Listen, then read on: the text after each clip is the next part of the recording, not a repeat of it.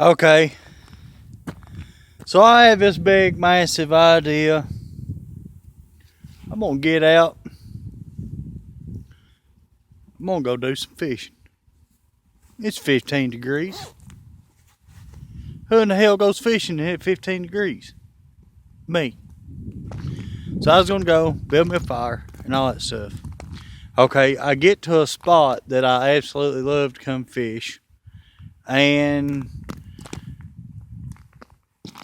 here's what I see.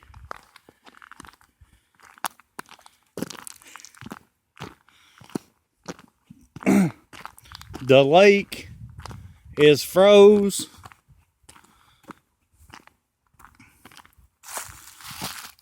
from one end to the other. I could probably do a little skating. Whoop, y'all hear that? So, needless to say, I won't be doing any fishing today.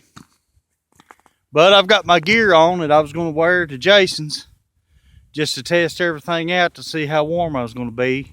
Because if you can live here close to this water like this, I don't know if y'all know it, but man, the closer you are to water in the wintertime, the colder it's going to be. So it's roughly just about 8 degrees standing here. So, but I'll get back with you guys. See you, buddies.